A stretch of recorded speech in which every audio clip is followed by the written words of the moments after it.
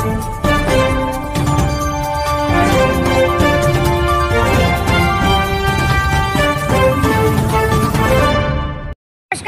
News 24 live मध्ये आपले स्वागत आहे। आपण आलेलो आहोत धाराशिव पोलीस अधीक्षक कार्यालयामध्ये आणि आम्ही इथे एक विषय घेऊन आलेलो आहोत वाशिम जिल्ह्यामधून मंगरुळपीर तालुक्यामधून।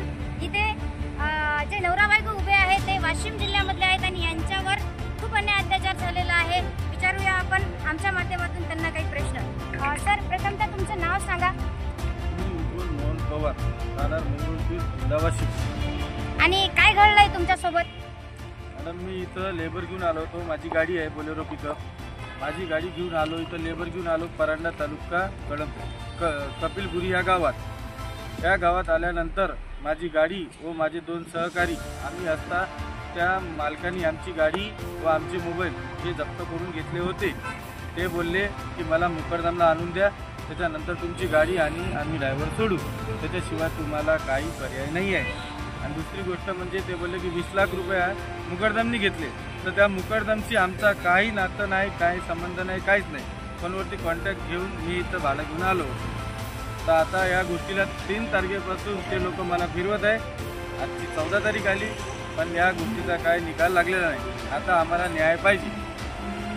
संबंधित पोलीस प्रशासनाने तुम्हाला कशा तऱ्हेची मदत केलेली आहे?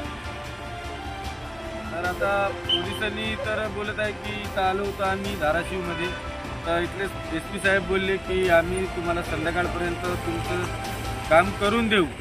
पण आता मॅडम, काल आमची एवढी खोटी झाली अख्ख्या दिवसाची। त्यानंतर 8 वाजता आम्हाला त्यांनी एक लेबर दिलं, म्हणजे आमचा ड्रायव्हर दिला आणि गाडी दिली नाही। आमचं म्हणणं एवढंच आहे की आम्ही तुम्ही चोर नाही, तर मग तुम्ही आम्हाला चोर कोणत्या गुन्ह्याने ठरवत आहे? परंडा पोलीस स्टेशन मध्ये तुम्ही गेले असं बोललेत तुम्ही, तर संबंधित जे परंडा पोलीस स्टेशन आहे त्या ठिकाणचे जे पोलीस अधिकारी आहेत त्यांनी तुम्हाला कशा तऱ्हेची वागणूक दिली आणि त्यांनी तुम्हाला कुठलं आश्वासन दिलं? मॅडम, तिथं गेल्याच्या नंतर ते लोक पोलीस पाटील हे ते वगैरे त्यांना बोलावलं असता ते लोक बोलले की हां त्यांच्याकडे गाडी पण आहे, ड्रायव्हर पण आहे। त्याच्यानंतर ते बोलले ठीक आहे आम्ही बोलवू त्यांना। तर बोलावता जे मेन मुख्य आरोपी आहेत, समजा ज्यांनी आमची गाडी माणसं किडनॅप केले, ते लोक अजूनपर्यंत त्या लोकांनी समोर आणलेले नाही आहे।